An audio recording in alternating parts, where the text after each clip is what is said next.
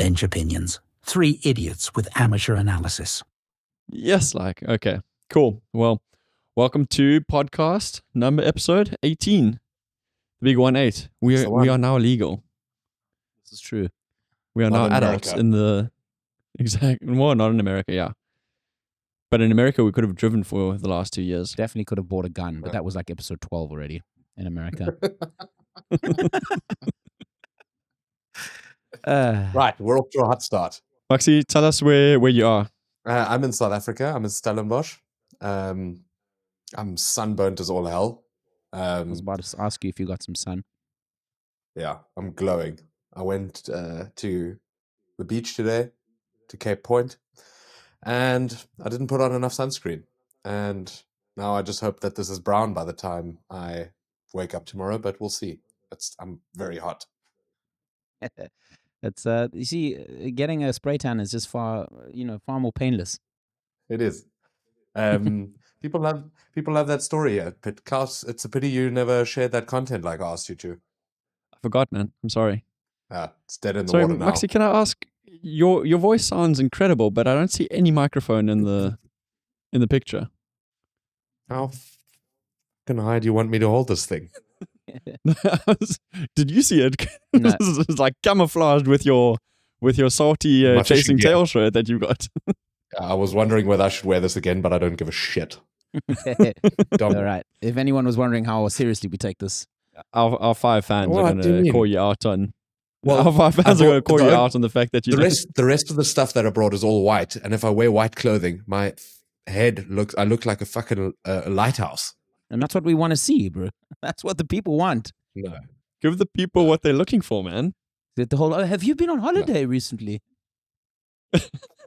Klaus, why don't you tell our fans all the serious work we've been doing in the background to try and make our podcast better? All the work that we've been doing. So we sat down for about half an hour and discussed the future of the podcast. We had our first AGM. Our first AGM at the end of the year. And we have decided we shall continue pursuing this endeavor. We have decided we are going to introduce segments into this podcast that we are currently doing. Organize the chaos. Organize the chaos, yeah. That's one of our core values from now on. Try and structure the chaos. nonsense. We should get t-shirts made. Organizing chaos. Organizing chaos. Right, it's our second most important value, right behind diversity, as you can tell.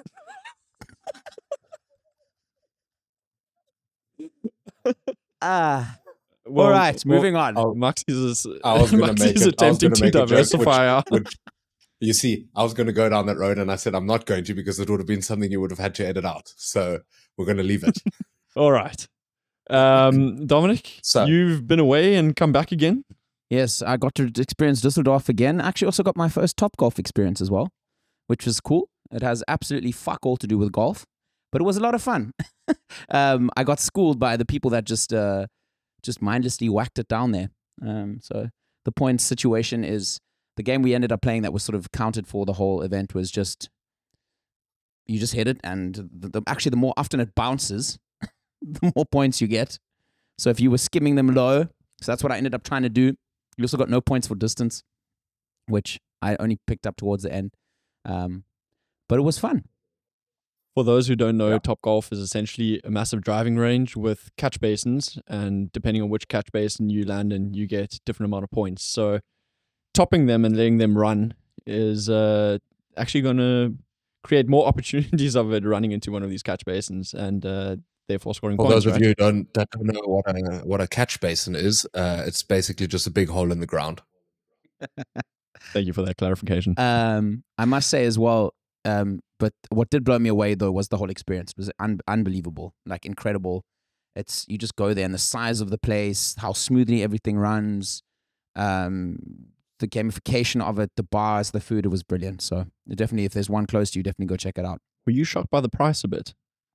I was at a company event, so I didn't pay for anything. So in that case, no. Money well spent. So you were shocked how cheap everything was. Yeah. And it all cost nothing. That's quite affordable. It's like one of our mates who used Splitwise and was fascinated by the fact that you didn't have to pay for anything the entire holiday. Interesting charity they're running there. Outreach program. Well, it was very good. I had a great time, and definitely would recommend it. I think it's akin to anyone that doesn't really know, but it's like akin to bowling, but essentially instead of bowling, you're hitting a golf ball onto a driving range, which is quite a cool concept. That's great. And you were there with a couple of muso friends, right? Exactly, yeah. The whole sort of the label and the publisher threw a party. It was fun. It was a good time. It was only myself and someone else that actually played golf at all. So the first couple of shots I just took, they've got like these easy to hit drivers that they've developed. And I just got down and just tried to hit it at like 230 kilometer hour club hit speed. That was quite fun. And that got a few gasps and some attention, which is good. You know, it's a good way to start the evening. And then we eased into it. It was good. Maybe if I can just quickly interject. First of all, just address the elephant in the room. There is a slight delay we're working with here for people watching and listening. So if I'm going off on a tangent and these boys are discussing something completely different, please excuse me. Secondly, just to dive a little bit deeper into what Klaus was saying about the segments, or to even just expand a little bit about it. The segments that we've decided to do, just so we know, first of all, we know all our fans love to listen to an hour and 20 minutes of all the whole episode. No one wants to skip ahead to the stuff that they're interested in. But what we've decided to do for the people that may not be interested in all the sports we talk about is divide it into 3 core sports segments, which will be rugby, football, and other sports. And then we'll have 3 segments that are sports related, but a bit more, I think, fun, starting with some weekly observations by the 3 of us, just because we do tend to be very observant individuals. And we close that off with what we have been doing on a more serious note, though, with Players of the Week, and a new segment we're introducing at the end of the podcast. Every week we'll be doing a top 5. All right, on we go. Observations. What have you observed, people? Talk to me. Maxi, what have you observed in your in Africa? I was at a wedding over the weekend, and I observed how vital having a good wedding DJ is to literally making the party. This guy that was there on the weekend literally sat behind his laptop as disinterested as I'm sitting here now, and just did this. And just played one terrible song after the next. And if it wasn't for us going to him and being like, listen, this is the music we want to request, it would have been an absolute dud. Turned out it was quite a good party, but it just shows you that you need to put as much effort as you put into the catering, into picking a good wedding DJ, I feel. Was this a DJ that was hired through recommendation or found on Craigslist or something? Or was it just I don't know. somebody's uncle who has a... It could be that he was part of the location, that he came with the location, but I think you need to put a lot more emphasis on finding a good wedding DJ. On another note, it was a super religious wedding, and I feel like I got along quite well with whatever happened there. I did not get burnt, but I did find out that I do not have love in my life because I do not have God in my life. So yeah, man, nice. I mean, sorry, dude. I'm alright. You had a shit DJ and people were telling you we're going to burn in hell. So that's a shit one. Is that why you've got a sunburn? No, that makes the wedding sound terrible. I had a fantastic time. It's just that okay. I do not have love in my life, apparently, and we corrected the DJ. Okay, good man. Okay, you definitely made that sound a little less bad. But that is a solid observation. I think lots of people spend so much time investing money into flowers and decorations, all that sort of stuff, and nobody remembers any of it. Everybody remembers a good boogie and alcohol. It can definitely kill the vibe, I think. I think also it's difficult, you know, obviously as a couple, you want to kind of focus on your own interests and the own music you like as well. But I think sometimes you also have to put your pride in the pocket as a couple and almost understand what kind of event you're putting on for the people, because the better time the people are having. I heard Zonya's dad and partner told me a story that they went to a wedding and the groom was really into like really hard rock and metal. And he was like, no, well, it's my wedding. That's what I'm going to fucking play. So essentially, I guess it it's depends. like a wedding surrounded by hard rock and metal. But I guess it depends if you've invited all of your friends who are all in the same sort of sphere. Like that could also work. Nah, but they said it was bizarre. And it's like no one, like, of course there were one or two people there, but I think even your metalheads and rockheads kind of understand the sort of gist of a wedding DJ and what it's supposed to do. Yeah. I don't know if Klaus would have loved to be at that fucking rock wedding. Oh my god! No, not rock metal. I don't listen to metal. I listen Sometimes to rock. what Love rock. sometimes it sounds what's coming out of when you leave your phone in like random rooms in a completely other part of the house. It sounds like it's rock metal. It's the echo of the wall that makes it sound way more aggressive. It's also because it's on full volume. My little iPhone really packs a punch when it comes to volume. Hit me with your observation. My observation was quite a negative observation towards the Germans, which is the country in which we reside. Shock horror. How did that come about? We were at the Christmas market now on the weekend, and I'm not actually going to mention that one, but you're more than welcome to talk about it. And I was standing in the queue for some churros, and there was a whole bunch of Brits in front of me, young guys, and they were ordering, and the lady and the guy behind the counter were so typical Berlin German, just like really straightforward, not friendly, not a smile on their face. And these guys were just saying like, man, the service in Germany is terrible. Everybody's so unfriendly that it makes you scared to even ask for a favor. Like the guy wanted to ask for a little bit more chocolate sauce on his churros. But he was too terrified to do it. He's like, my social anxiety is really playing up. That's theft. I mean, he was asking for it. He wasn't just taking it. And it just got me thinking, like, it's incredible how many tourists come to these Christmas markets and how special it is for people to come to a German Christmas market. And then you get that kind of experience, and it really puts Germans in a bad light.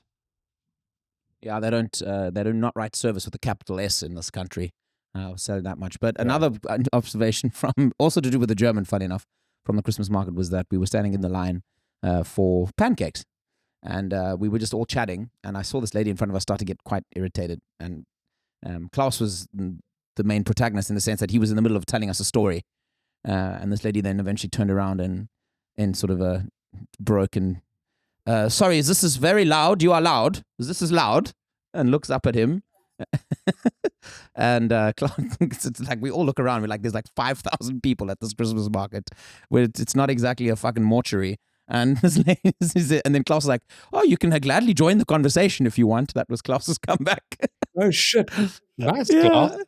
Yeah. And she didn't think that was too funny. She turned back around, and then I just continued my story in the same volume that I was speaking in originally. And then after that, I said something to Dom. I was like, "It's unbelievable. There's 5,000 people here. I don't understand why I'm suddenly the loudest person here." I was like, if you really wanted peace and quiet, you should probably go sit in the library. Obviously said it very loud and right behind her. So nice little passive aggressive. Yeah. So you essentially, you dipped down to her level. I did 100%. And I'm not even ashamed. Yeah, very strange. I don't understand people that go to large gatherings and then have a problem with the things that happen at large gatherings. Yeah. But anyway. Yeah. My observation is also Christmas related, and it's got to do with seeing Christmas themed toilet paper recently at my local supermarket. And I just thought to myself, nothing screams Christmas spirit like wiping your ass with a fucking reindeer. And I don't get it. I honestly do not get it. I don't know what would move anyone. I don't know what kind of marketing person at the toilet paper company was like, this is a good fucking idea. There's nothing like Rudolph kissing your knot. Yeah, bro. It's a Rudolph the brown-nosed reindeer.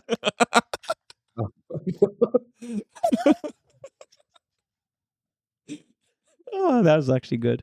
They've missed a chance there. That was really good. Yeah. Oh my god. Oy. Yeah, but come now, guys. It's a joke, right? Is there another holiday that has printed toilet paper? I don't remember anyone. Are these Easter bunnies? I've seen Easter bunnies before.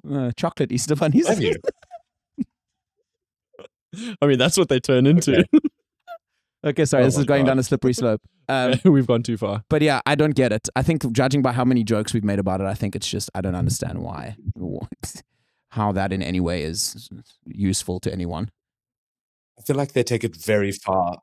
Supermarkets and everyone, it's the same as like Valentine's Day these days. Like, it's just like they lean so heavily into everything. And Christmas is like, I don't even know how many people actually celebrate Christmas in that regard. But from like mid-November, South Africa's even worse than Germany in that sense. I don't know if you folks remember, South African Christmas decorations used to be up in like Pick and Pay from like end of September, beginning of October.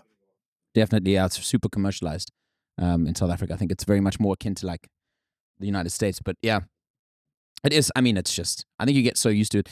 I mean, even this year with Black Friday, Black Week and everything, it's just unbelievable how prevalent it is and how even people's lives kind of get determined by it. You know, everyone's talking about it. Everyone's saving money. Everyone's got their list for Black Friday stuff. I feel like in Berlin, because I guess there's a lot of expats here, and Thanksgiving is becoming more and more of a thing. You're kind of going from Black Friday into Cyber Week into Christmas. So Christmas has almost been pushed back a little bit just to be able to accommodate for those other two holidays. Yeah, and also here in Germany with consumer protection, they feel like they need to make laws to protect ourselves from ourselves. They don't let it be like Black Friday. It has to be Black Week. So essentially, I mean, they're just extending like what it is to have Black Friday. But yeah. A lot of air fryers were bought. I mean, including me, but I've heard so many people are like, okay, it's like, I feel like air fryers are so prevalent now that like it's no longer early adopter phase or innovative phase. It's like now it's almost like the microwave was back in the 70s. I mean, we know 3 households who have now bought air fryers in the space of a week. Should we get into some? Should we move on to some sport? Well observed. Let's do it. According to the segment hierarchy, we need to start with rugby. Am I correct in saying that, Maxi? You are. That's lovely that I got the first question right. So let's start with some sevens rugby, which is kicked off last week. But we had the sevens down in Cape Town, the mother city. And there was an interesting semi-finals between South Africa and Spain. And the semi-finals between Fiji and France, which last minute try to equalize, and then a conversion that put France ahead, which meant they were playing us in the final. So bronze finalists from the Olympics against the gold medalists from the Olympics, South Africa versus France. Were you able to watch any of it, Maxi? No, I wasn't. I was at a wedding, but I watched the highlights of it, and it was really entertaining. And the fact that we haven't won a home 7 series in South Africa for 9 years made it very special. We've had a lot of close calls in Cape Town and a lot of heartbreaking losses. And the last few years actually gave the indication that we were worsening at home with a few thumping losses. So it was good to see, and you could see how much it meant to the players to win that final. And the final performance was actually quite dominant. The semi-final win over Spain was probably closer than one would think.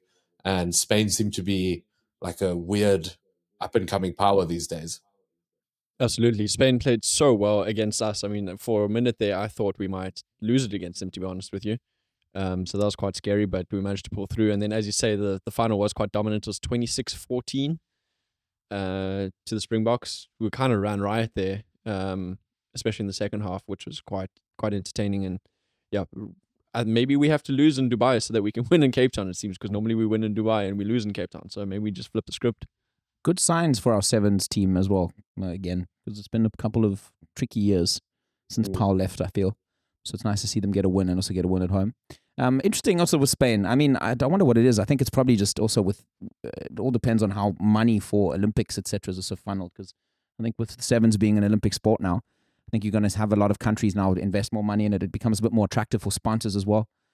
So maybe you'll see a few, I guess it just depends how funds are allocated, and some countries spend way more on Olympics than others, or, depending on how the money is spread, the unions tend to get more or get less depending on what country it is. So I wonder if we won't see a few more examples of some countries kind of really specializing in sevens. And I mean, we've seen it in the past. I mean, USA had a good side for a while as well in the sevens, just depending on how the money, I guess, is passed around. But very cool. Very cool. And they look, I mean, I watched a bit of Spain's game against someone else in the group phase, and they look right at home, to be honest. They look like play a good brand of sevens. Maxi, do you think sevens is more accessible because of the types of bodies you have, so that, people from a sport such as football, for example, or basketball, or that kind of sport can sort of jump over to rugby, or rugby sevens at least? I don't know if that's the main reason I would cite. I would just cite that it's not as technical as 15s rugby, and then it's just a lot of running around, throwing a ball to one another and not throwing it forward. So Easier to coach as well. Yeah, for sure. barrier to entry is a lot less. You don't need any experienced coaches to teach you sevens rugby as you would someone to teach you 15s rugby, because I think it's not any physique can get involved in 15s rugby. That's why we don't play sevens rugby. There's a whole reason, whole plethora of reasons why we don't play sevens rugby. So I think I'd die after the first minute of running up and down that field. I don't know how they do it, even though it's just 7 minutes. When I told people about sevens rugby, they always look at me like, but they only play for 7 minutes and a half. That doesn't seem like very long. I was like, yeah, but it's still the same size field. Yeah, but it's only 14 minutes. You run up and down once and get into a ruck, and I think that's me over. I don't understand how they managed to keep that pace up. Great for the sport of rugby though, because it just makes it so much more exciting and accessible for sure, as a player, but also as someone watching. So yeah. So because the Cape Town Sevens were obviously in Cape Town, that means the Stormers, who played in the, sorry, I'm going to move over to the European Championship now. They weren't able to play at home, even though they were playing at home. They weren't able to play in their stadium. They had to go and play in Quebec. And Maxi, you always say the Stormers don't lose when they play at home, but they didn't play at home. So what happened? Do you want to hit us with that city name again? Quebec. Port Elizabeth. Fagala hosepipe, Fagala water the garden. Yeah, good one. Quebec. Yeah, I'm not going to do a click. Okay. I didn't put any clicks in. No, you didn't. We're bullying him. Sorry. They've played there before a few times, and they actually didn't lose. They haven't lost in they didn't lose in Nelson Mandela Bay and before this. So it was the first time. It was tough to watch. At this wedding, there was actually a lot of Stormers fan, and these oaks are diehards. And there seems to be a very large mounting criticism against John Dobson. But to be fair to him, the injury list that the Stormers are facing, Libok is out since the weekend. Ngomezulu, Kitsov, Dion Fourie, Ruas, Keke Morabe, Frans Malherbe, Damien Willemse, those are big names to miss out of your team.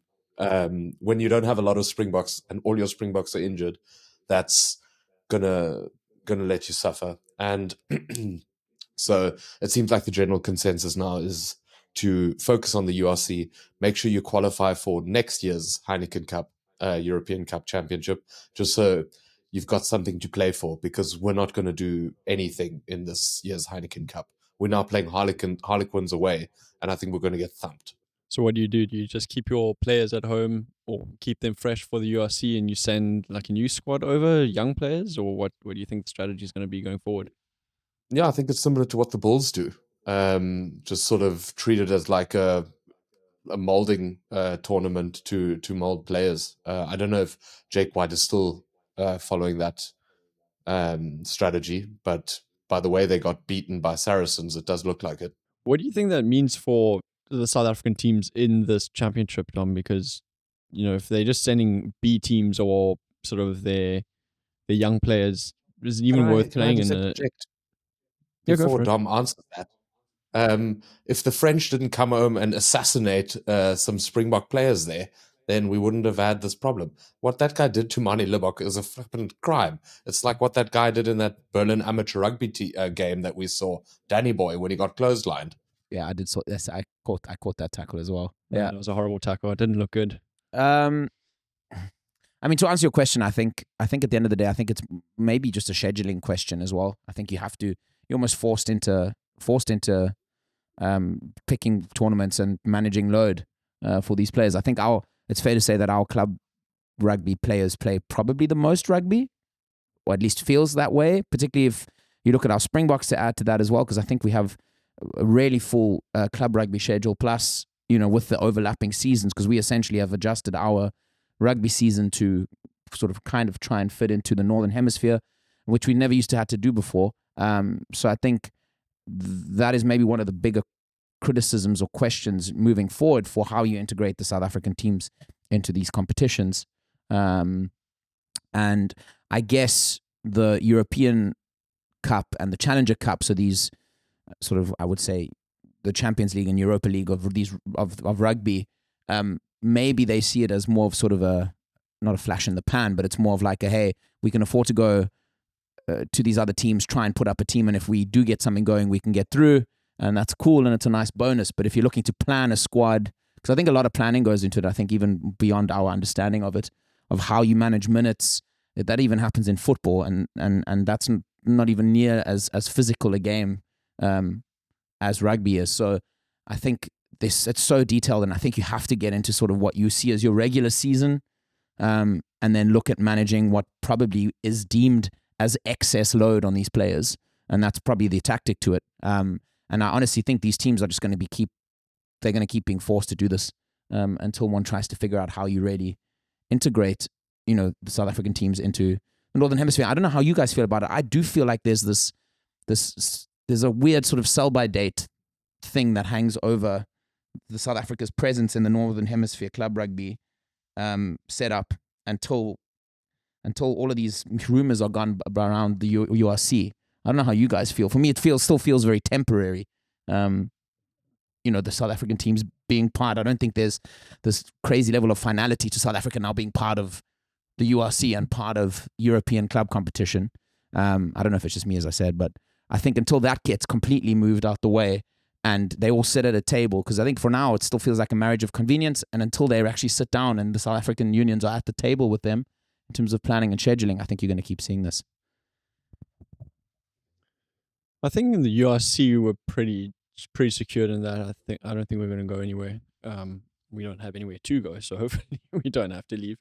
But it's been such a successful tournament. I can't see them kicking us out or wanting to move away from us. With the European Championship, there it's a little bit different because they've got so many teams that are involved in it, and financially, I think they're pretty sound, so they don't really need us. So I don't think we bring that much new to the competition. So I agree with you there. I can quite easily see them say like, we're actually not that interested in having the South Africans part of it, which I can understand. It is the European Championship, and it is a bit weird having a South African franchise or franchises involved in that competition. But I mean, if we keep on sending sort of B squads and younger teams, then I guess that's just going to really, sign our death sentence in that regard, because they want to, keep the legitimacy of the competition alive as well. The Bulls do it as a point of strategy because Jake White doesn't believe in it, but the Stormers need to do it purely out of financial reasons to qualify for next year's. I think the Stormers do put this tournament, do rank it quite highly, but we can't even compete in the URC anymore. So there's no way we're going to compete in both tournaments. So it's just a logic question. Yeah, you raise a fair point because, as you said, they are struggling with injuries. But then if you look at the Sharks, they played a pretty full squad and they put up an incredible score. I don't know if any of you watched the game or watched the highlights, but the Bulls beat who did they play? Toulon. It wasn't Toulon. No. Sorry, they played. Sorry, Sharks beat the Exeter Chiefs.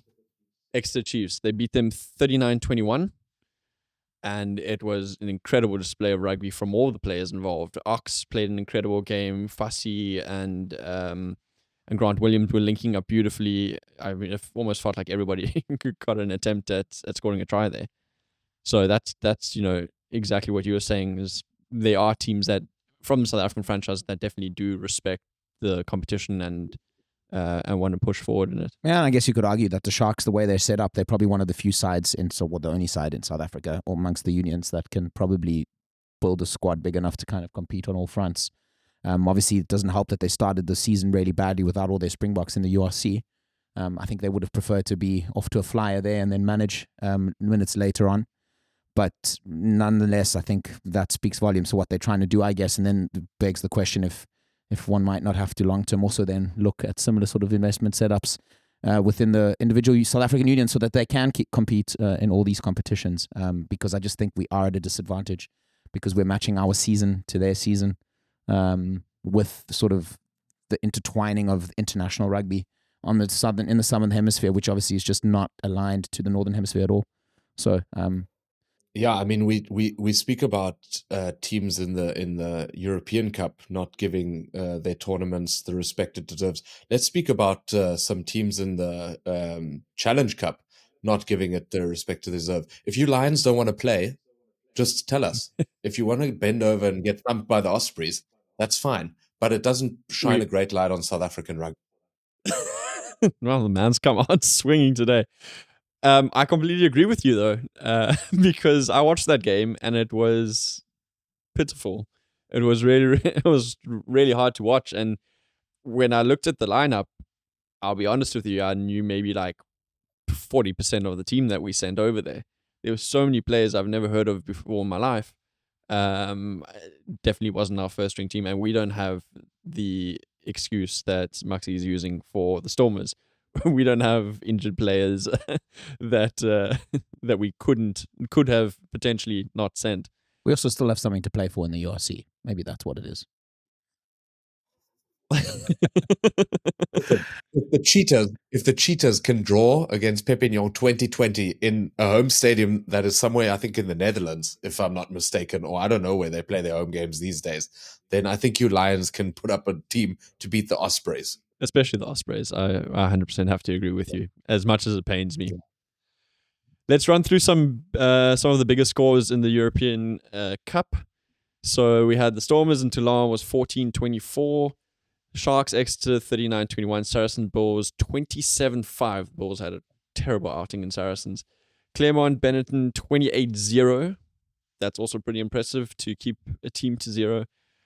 Bath and La Rochelle, two of the favorites, 2024 in Bath.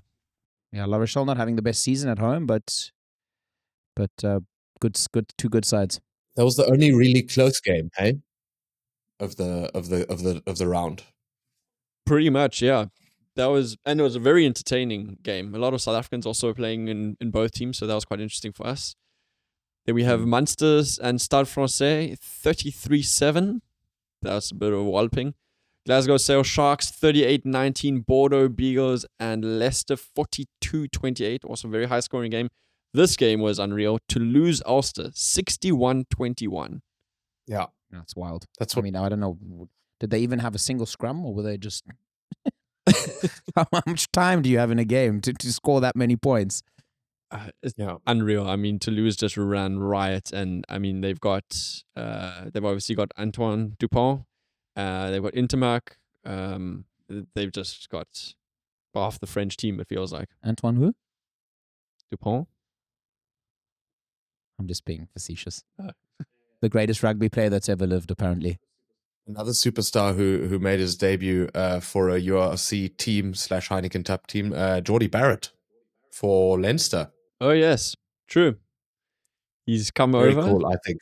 Do you guys know what the legality of him playing for the All Blacks is? What their internal ruling is? Is he now out of the All Blacks, or has he met the cap threshold so that he can still continue playing for them? He's definitely got the threshold, that's for sure. But I think beyond 50 caps. But I think it's all got to do with, I don't know if he's just signed a short-term deal now and has to just be back within the New Zealand setup by the time the season starts next year. I think that's what it is. I don't think he's on a long-term deal. Because that's also an interesting setup that they've got there that's really biting them in the bum. You know, they've lost us in their competition. They're now really just playing amongst themselves and Australia. And then, you know, their players want to go and expand to the likes of France, England, Japan, earn a bit of cash before they retire. But now all of these guys, you know, the likes of Aaron Smith, Geordie Barrett, I don't know what the situation is now. From what I've known in the past is then they aren't able to play for the All Blacks, and then the All Blacks just play without them, and they've stuck to their guns about it, but it's not really benefiting them. I think there's early signs of reform, and I don't know if this is the start of it. Players maybe being released for certain periods of time, particularly with the seasons being the way they are. And if they start to see it benefiting their side, I think you'll see it happen. I think that's all it is about, right? It's as soon as the All Blacks benefit from these guys going over to play in the best leagues in the world, I think you'll start seeing them maybe ease up on it. But let's see. But it's interesting to see that he's gone now at this point in time. But I definitely read somewhere that it's a short-term deal. All right. Well, on that note, I think it's enough about rugby. Let's move over to some football. Maxi, the Everton-Liverpool game was postponed, but you said they played last night. Thanks to Storm Dara. No. Storm Dara postponed that game until, I don't know when they're going to replay it. Liverpool just beat Girona in the Champions League 1-0 a few minutes ago. That postponement couldn't have come at a better time for Liverpool. Really played into our favour. Just a little bit of pressure building after just one draw. But McAllister would have been suspended, and it just sort of takes the heat out of it. Now we've got a win midweek. Arsenal drew to Fulham, dropping points. City drew to Crystal Palace. So it just sort of gave us a little bit of breathing room again.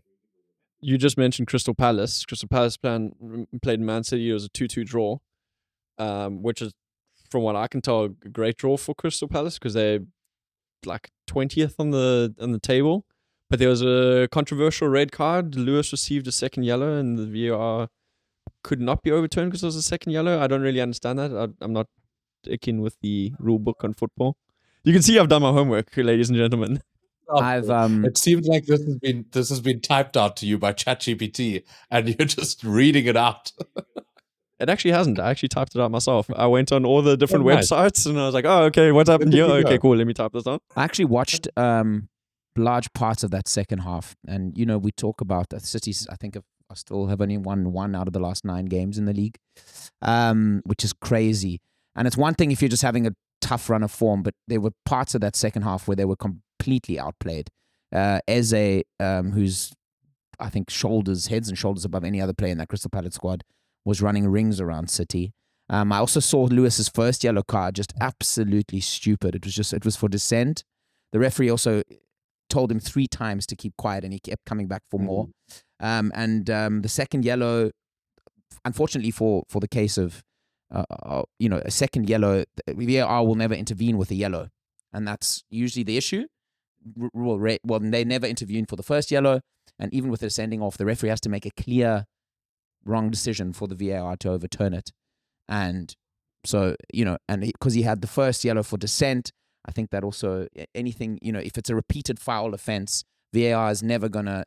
They don't intervene when it comes to things like that. Okay. So he really cost his team. He seemed frustrated throughout that second half as well, and so did the whole of the City's team. And I don't know what Pep might have up his sleeve to try and fix it. But yeah, interesting, Maxi, that you said that the game against Everton, the postponement came at the best time. I mean, I would have said probably not the greatest time for it to be suspended, because I feel like you're still on a roll even though you drew. But interesting to hear that it's a completely different perspective there. It's an interesting take on it. Also, I didn't have the information on McAllister either. It would have been the last Merseyside derby at Goodison Park. Everton have sort of been flirting with coming back to form. And if there's one thing that Everton loves most, it's pooping on Liverpool's parade. And we didn't have a good performance the week before, so it just sort of just takes the edge off things. Yeah, for sure. United losing to Forest at home. I didn't actually catch the game. I watched extended highlights as well, and I did read a lot into it. Just seemed like the predicted. I mean, Amram said it. He said there's going to be dark times, and they're here now. And I think the new manager Bounce is gone. Struggling a little bit here and there with injuries as well, but it's just so disjointed. Nottingham Forest, just every time they pulled the trigger, they scored. So it was really, really tough to see. And in the follow-on of that, our sporting director got fired. The guy who we went out in the summer and tried to get, come hell or high water, Ashworth. Interesting to read there, though, that 100% performance based. They felt that he fumbled the whole Erik ten Hag situation in the summer. He insisted on keeping Erik ten Hag as opposed to anyone else. He was not in favor of the appointment of Amorim, apparently, and championed Gareth Southgate, who's a pile of shit. So I think all of that kind of just culminated in just a bad hire, I would think. And interesting that came out today that they're not going to look to replace him. They've realized that they might be overstretched with having another person, too many cooks in the kitchen. So they're going to stick to the current structure. So interesting to see. Yeah. Do you think the 5 signings that he made in the summer have been successful? Mazraoui, De Ligt, Xerxes, Ugarte, and what's the last guy? Lenny Yoro. I mean, I think you guys spent 182 million pounds on those 5 guys. So Yoro, I think, would be an injustice to judge now because he's 18. And I think he's definitely one for the future. We did spend a lot of money on him, but I think you have to look at him long term. I think De Ligt and Mazraoui both improve our team, and they have. Mazraoui's been unbelievable. De Ligt has definitely been an upgrade on our centre backs that we had, and I think within the market we got him at a decent price with his experience at just the age of 24. So he's been solid, I would say. Ugarte has definitely benefited off Amorim coming in, has had some solid performances, but I think he's still playing in a team that's all over the place. So I think he does get exposed at times in that sort of holding midfielder role. But I do see him improving us as a side. The question is if we paid over the odds for him. And I think the biggest question mark for sure is Xerxes. I don't know what the plan was with him. If you read about how that signing came about, Dan Ashworths is very big into data, and he has a data team. So he very much takes the sort of money ball approach to signing players. And I don't know how, particularly in the case of Man United, I don't know how smart that is, plugging, in an underperforming team to sign someone based off data. I think you're going to have to look for cogs that fit really well into the system. And I think that's where you can criticize the approach even more, is that the biggest criticism of Erik ten Hag is that we had no system. So how do you go out and sign a player based on a set of data that you can't really put to the test within a system, So I think Xerxes been a big victim of the lack of the identity in the team that was already there. But I think you'll see him move on. Unfortunately, I just don't see how. I don't think he's a number 9 that can score a lot of goals in the Premier League. I think he's a good player in Italy where he has more time on the ball. And in Italy, let's be honest, in Italy, if you're scoring 15 to 20 goals in Italy as a striker, you're going to be popular amongst all the fans there. So yeah, so I would say if I had to grade the signings, I'd give it probably about a 6 out of 10 with the ability to maybe push it up to a 7.5 with Lenny Yoro possibly being and Manu Ugarte coming right. You can shake your head. You're biased though. You just hate United. I literally think you've got blinders on. I think you're Mazraoui is the only one who's made your team better. The rest of them are all average. They've been playing average. How many United minutes have you watched? I mean, I watched the highlights of it, and I see the mistakes that they make, and I just don't think they make a mistake. We're a terrible team, though. That's the issue. That players like De Ligt make your team better, and you're buying players that are past their peak, that aren't good, that are average, and that's the problem. You need good players and great players to make your team better. Okay, but who's past their best out of those signings that you mentioned? De Ligt is not a good player anymore. He had one good season at Ajax. He's 24 years old. And he had one good season at Ajax, and since then he's been terrible. We're going to fight, so it's okay. We'll move on. Have a fight. This is what I'm here to watch. Because if you look at, he was the outstanding centre-back for Bayern Munich last season in the Bundesliga, which is something that the fans in Bayern also say. If he's the outstanding player for the Bundesliga, then Bayern wouldn't have let him go. Erbal admitted that as soon as a bid came in, they had to sell him because of finances, because they were stretched finances and they weren't going to get the same kind of money for Upamecano. United came in and said they were willing to spend that money, and Max Eberl even admitted in an interview that they reluctantly had to sell him for finances. The fans of Bayern even started a petition saying, why are we letting our best defender go? And that petition got hundreds of thousands of signatures. So I think it's a bit of a rough assessment that De Ligt is not a good player. let me put. Okay, so who do you think are your current rivals team-wise? Who do you pit yourself against? You mean who are we on par with at the moment? No. Who do you want to be on par with? We want to be at the top of the league. What you have is what Liverpool had under the Roy Hodgson era.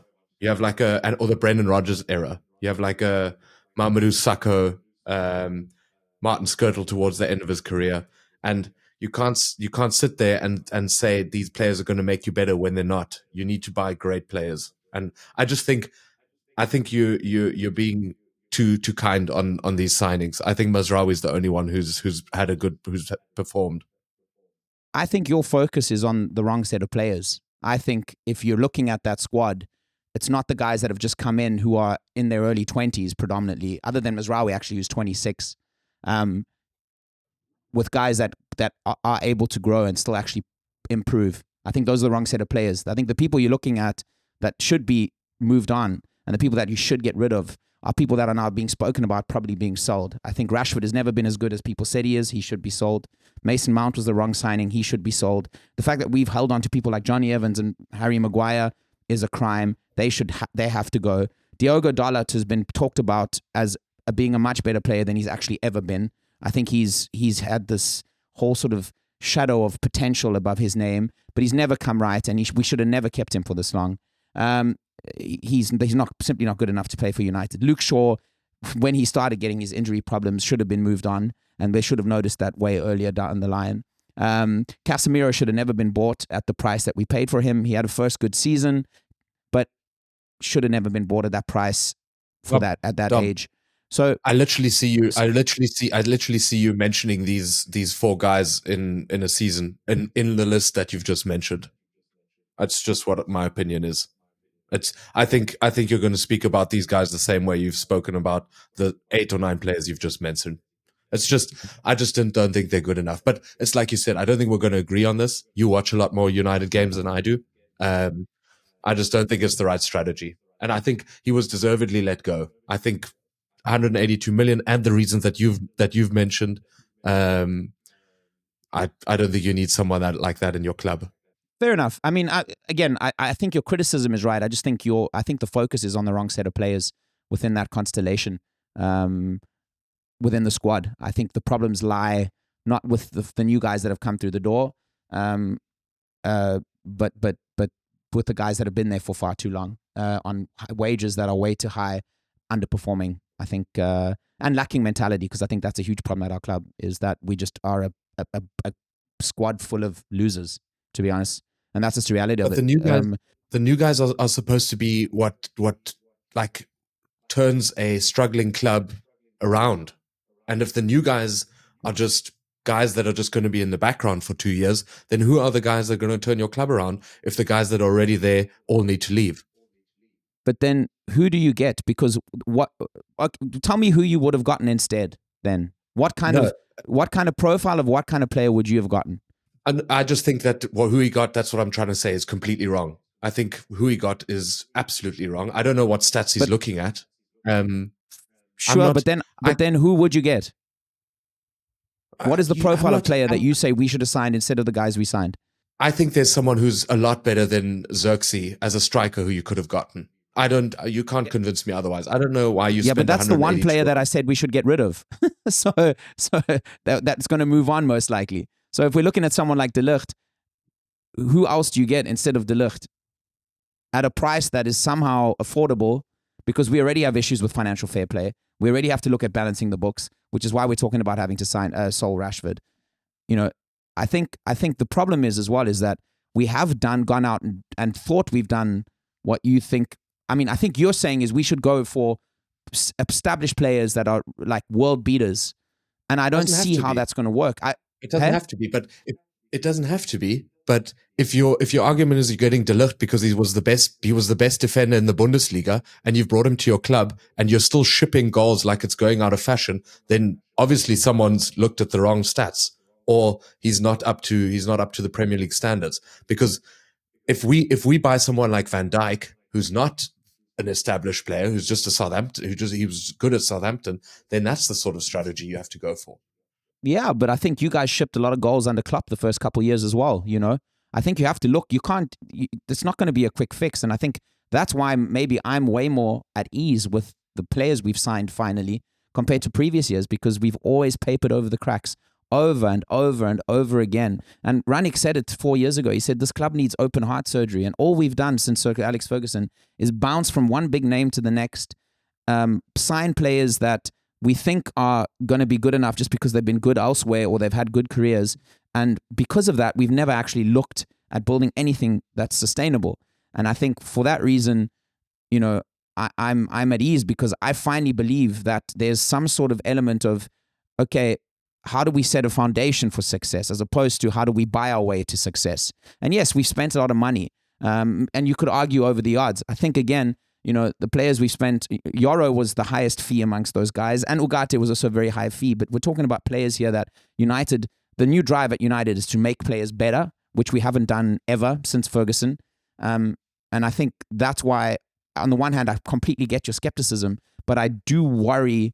Well, I do worry. I do think I can poke holes in maybe what you're saying, just because I don't see an alternative strategy other than what we've done in the past that hasn't worked.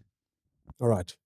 I think we're going to go in circles. So I think let's move on to what else happened on the weekend. I was going to say, at this point, I'd like to interject. It's been very entertaining for me to watch the Man United debate. And it's very nice to see that Maxi is so passionate about the future of Man United and hopefully them buying better players. I know he's loving every fucking minute of this. I'm not passionate. Yeah, I'm not gonna get baited into the rest of this. Klaus, your team lost. You're shit. Why did you lose at home to Chelsea? Our team did lose against Chelsea at home, 3-4. Who's our? Him and Wayne. Our team. Yeah, me and Wayne, our number one fan on this podcast. Yeah, we lost 3-4 at home. That wasn't good. That's all I can really say about it, to be honest with you. From 2-0 up as well. Yeah. That just makes it better. Chelsea are very impressively putting up a very solid Premier League campaign, and I'm worried about them sneaking up on Liverpool. I hope that eventually the cracks appear, be like everyone would predict. Even their own manager says they're not ready, but that might just be classic downplaying of their potential. They're very good. Yeah, also crazy to see sort of as the season begun, people like Enzo Fernandez kind of being sidelined and him just demanding more of these guys. And now Enzo's just come roaring back and is the captain and is pivotal to their way they're playing. I mean, even Sancho had quite a good game against Spurs. So he's getting the best out of these dudes. And I think the scary thing is, excuse me, the scary thing is the size of their squad. I think it's something we all joke about, the amount of money they've spent, and they just seem to have an extra pair of legs in every position, no matter how many injuries they get. So I think that's the scary thing maybe for Liverpool looking over your shoulder, is that you know, a couple of injuries hit Chelsea and they might be able to just deal with it a little bit better. But obviously that's all up to how well their system keeps working. And I think they're also definitely benefiting off the fact that no one at all, I mean, even less so than Liverpool, had them at the top of the list to challenge for the title. And a lot of people actually thought that Maresca might be the first manager out the door. So that can sometimes give you a little bit of wind in your sails. On the other hand, though, Spurs, it's looking really bad for Ange. I think if he doesn't start getting a couple of results, he seems to have lost the fans completely. And that's the usual first sign that you might be out the door. But yeah. Broad Ange. Some other results that we have is Fulham Arsenal drew 1-1. And then we have Ipswich Town and Bournemouth 1-2 to Bournemouth. That means the table after this weekend is Liverpool is on 35, obviously pending the postponed game. Chelsea 31, Arsenal 29, Man City 27, Nottingham Forest 25. And then down in 11th, we have Tottenham. And in 13th, we have Man United. Yes. Klaus, can I make a request for future when you read off these results and points? Can you do it like that? I don't know if he's a comedian or if he's a real news presenter who that African guy. He's so good. That African guy who misreads team names. I think we'll share him on our. I'll send it to you afterwards. You sound a little bit like that when you're reading about Bournemouth. It's so good. You're gonna Did I love say it. Bournemouth? No, you didn't. I said Bournemouth. Bournemouth. Bournemouth. Anyway. Buongiorno. Anyway. maybe Buongiorno. just a quick look ahead to the next weekend's game. We've got a massive mid-table derby between City and United. It's on par with Crystal Palace versus Fulham, and any other mid-range teams you could think. Any other mid-range team you can think of, maybe like Morocco Swallows against Chipper United, or anything else that you can think of where no one gives a shit. I like your joke, but you're flattering us because we're 13th, and you're doing City a massive injustice because they're 4th. I would love to be mid-table. Anything in the top 10, I would absolutely love it. But yeah, that's 2 teams that really need a result. But I worry. I don't see us doing much, to be honest. But let's see. Nothing to lose really, because I don't see us. Unless something changes drastically, we're very fortunate that the table is very, very dense. I don't see us really challenging for anything except maybe an outside shot at Europe. So at the same time, you kind of think to yourself, let's just give it a whack. City are playing badly. It's a derby nonetheless, but I just don't see it happening at the moment. I think there's bigger problems, long-term problems for us to worry about. Jokes aside, I think it will be an interesting one to watch just because of where the 2 clubs are currently. Yeah, definitely. 100%. Nice. Well, I'm sure we'll be talking about that in next week's episode. I think we can conclude football at this point, unless there's a topic that you would like to still debate on. No, I think it's good. No? Then let's move over to some of those niche sports that Maxi alluded to in the beginning of the podcast. The niche sport of cricket with 100 million Indians following it. 100 million, bro. You mean a billion? A billion, I think, is more accurate. So in South African news, we beat Sri Lanka in the second test to clinch the series 2-0. Was a lot more of a closer second test than the first one was. We came through that. We're now playing Pakistan, and we actually got it wrong in our last episode. We do have to win one of the games against Pakistan to be guaranteed a spot in the final. So it will be interesting to see how we get on there. I know, Dom, you said we're struggling on day one, and I just checked. It is low scoring. But Pakistan are actually in with a 30. Oh. And we just beat them in the T20 by 11 runs. So that's good. I was wondering why they were starting a test like 4 days after completing the last one. No. It was the first T20 at Kingsmead. It didn't rain, surprisingly.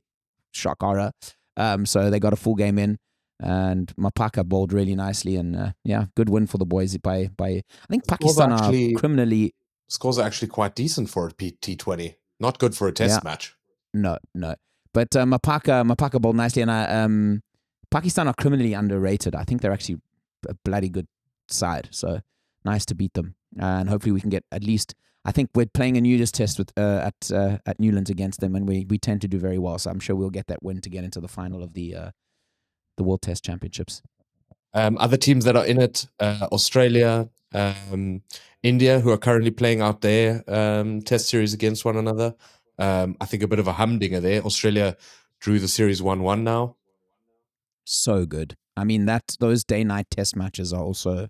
What they do with that pink ball, the bowlers, is just unbelievable. It's blockbuster stuff. And the last team I think that are mathematically still in it with a chance is New Zealand, if I'm not mistaken. And the stipulations on who needs to do what are still a little bit complicated at this point. Sorry, no, it isn't New Zealand. It's just India, Australia, Pakistan, Sri Lanka, and us that are still mathematically in it. But we look very primed to go into that final, and would like to play any of those teams, really. Whether we play a top-tier nation and pit ourselves against the best, or whether we play someone, let's say, in our eyes weaker and get a chance to clinch the title, would be good nonetheless. Yeah, it's weird. I mean, after years of sort of drama around CSA, there's always been drama around CSA. And after like what seemed to be sort of South African cricket slowly dipping and dying, just low-key started building a real team again. I mean, Bavumosa came back. He had a really rough run of form, but he came into the Sri Lanka series, played 4 innings, and made 350s and 100, which is pretty good stuff. So yeah, good to see. And there's even this T20 side now. There's a bunch of guys there that really, are coming into the side now at the age of 25, 26, pretty experienced at domestic level. Some of them having a couple of IPL games under their belts, and getting the job done against Pakistan. So it's really interesting to see, out of sort of in the shadow of South African rugby, a bit of a cricketing culture growing back in. So hopefully long may it continue. Yeah, for sure. Cool. I think then we'll quickly move on to just a quick word on the 2 high society sports that we also consume on the side, which is Formula 1 and golf. Formula 1, the season's come to an end.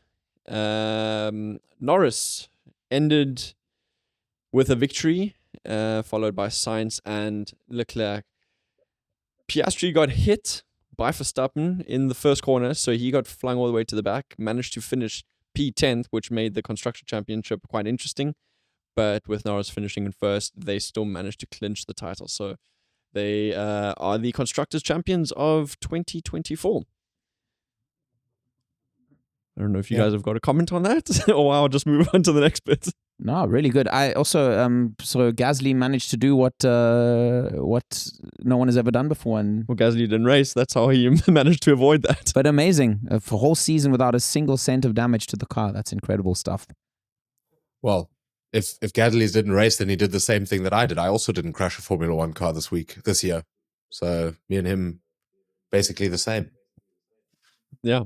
Gasly also won fuck all. So what's more important, costing your team a few cents or winning some titles? I just like it's just amongst all the bitchiness, it's a nice positive story. We'll throw him a bone. I think we also would be amiss not to look back at Hamilton and what he did in that race, starting 16th, finishing 4th, overtaking Russell in the last lap as a sort of little bit of a middle finger to him and or Mercedes. 84 races, 6 world titles. That's not bad, regardless of what you think of him. He is a great, and he did amazing things at Mercedes. I found the embrace between him and Toto quite interesting, only because it was so emotional. Considering the season that they had, of course, they've celebrated a lot of success in the past, and there's clearly a very close bond there. I found it very impressive that they were able to put this season aside with a lot of frustration, and I don't think it's been easy. And the embrace and the words between them, that was very genuine and quite moving. I found that quite interesting. The one thing I did find interesting is that he did the whole donut thing, which I think is cool. I don't know. I just associate it to someone like retiring and not changing teams. I think there's a couple of riders in the Formula One that if they fucking did donuts every time they changed teams, they'd just be spinning permanently. The way they jump from seat to seat and team to team over the years. Like Ricciardo would have just been doing this. But yeah, so I found that a bit slightly strange. I guess that it is a nod, and it's one of the greatest runs in a team anyone's ever had. But yeah, I found it interesting. It's the greatest, but in terms of wins. So I think it's just end of an era. But yeah, you're right. It's definitely. I think it was probably just for him also just to put an icing on the cake. How many titles did Schumi win with Ferrari though? He won 6 with Ferrari because he won 1 with Benetton and then 6 with Ferrari, I think. Yeah, but Hamilton won all 8 with all 8 with Mercedes. No, okay. no. But Hamilton hasn't won 8 titles. Hamilton's also won 7, and he won one of them with McLaren. That's true. Oh, was one of them with McLaren at the time? Yeah. But Schumacher won 2 with Benetton. I think he won 2 with Benetton. There's a fly here. That's why I'm doing this. Okay. That's just another day in Africa. To your donut spinning story, they do that quite often after changing teams. I think it just depends on how successful they were with the team or not. So. Fair enough, yeah. So Ricardo, as much as everybody likes him, I don't think he always deserved to be doing donuts. As it is the end of this season, there are a couple of moves for next season. Sorry, I actually still wanted to talk about Leclerc because he also did something really impressive. You mentioning, Maxi mentioned Hamilton coming from 16th to 4th. Leclerc came from 19th to 3rd, so that was also quite an impressive run in the last race of the season. The big moves, obviously Lewis Hamilton going to Ferrari. We spoke about that quite extensively last week's episode. And then we've got Carlos Sainz, who by all means had a very impressive season, especially the second half of the season, is moving to Williams. So that's, I think, in most people's minds, quite the step down, especially for such a talented driver, which is going to be an interesting one for him to see if he can build a team like that up again. But yeah, those are essentially the big moves, and then you got some new guys coming in, but we will talk about them next season to see if they actually become anything. Moving over to golf, there was the Nedbank Golf Challenge in South Africa. Dominic, you had a guy that you could not stop talking about. Tell us about Audi Potgieter. Yeah, man. So I've spoken about him on the podcast before. The reason I'm so excited about him is because South Africa hasn't won a major. I think a South African hasn't won a major in 12 years. I think was the last time we won a major. I think it was Louis Oosthuizen's British Open win is the last one. And because of that reason, you're kind of looking to see what the next big thing is. We've had a few guys come up. I think there's still some guys that are up there. I think I've always said I can still see a major in Tristan Lawrence. I see a major in possibly in Casey Jarvis, who has had a great first season on the DP World Tour. But other than that, it's relatively been quite thin. I mean, Christian Besaidnout and Eric van Rooyen are very, very good, bona fide PGA Tour players. But Aldrich Potgieter really stands out. First of all, he hits the ball an absolute mile. He hit a driving iron 325 meters. It's at altitude, but he hits the ball an absolute mile, and he's just such an exciting player. He's also taken a little less conventional route, which I find interesting as well. He skipped the college system in the States, which is what a lot of South African players do if they go to the States. Skipped the college system, went straight onto the Corn Ferry Tour, which is the sort of, for anyone who doesn't know, is the sort of feeder tour of the PGA Tour, and through winning on the Corn Ferry Tour and then finishing in the top 10 on the Order of Merit, qualified first time out for his full PGA Tour status, which is really, really impressive because it is incredibly competitive. Normally what you see South African golfers do is they come through the Sunshine Tour. Through the Sunshine Tour, they get exemption onto the DP World Tour, and then that's how they kind of work their way over to the PGA Tour. So he took the harder route and really managed to, he knocked it out the park, to be honest. And he's had two good starts in Australia, and this week was right there, right down to the end. But unfortunately, a triple bogey on 13, I think it was, cost him. He still had a chance late on to kind of force the playoff. But I think all in all, a great result. He's 20 years old. He lost out to... He had to just par the last hole to get into the playoff, and he bogeyed it. So he if he birdied the last hole, he would have won the tournament. And one could say that's a Pro Tier level choke job. But he is young, and you will forgive him for that. The pressure will have been big.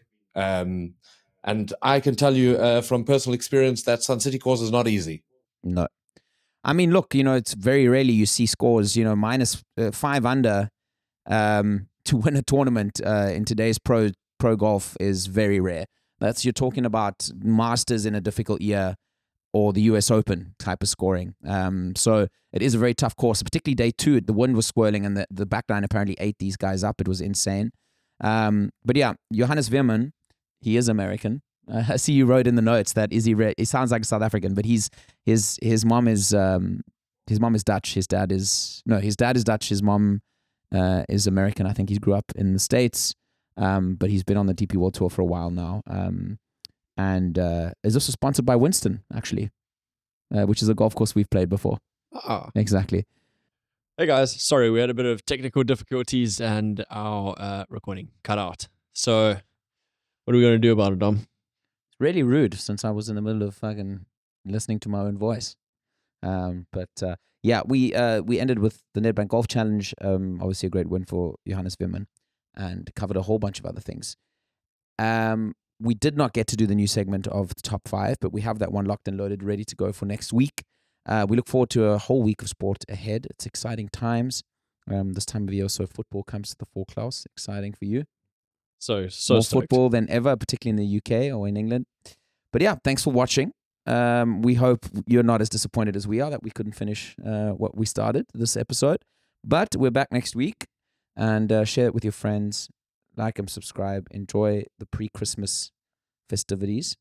And For those of you traveling home Yeah. to different places around the world, be safe. And we'll check you next week. goodbye. Adios.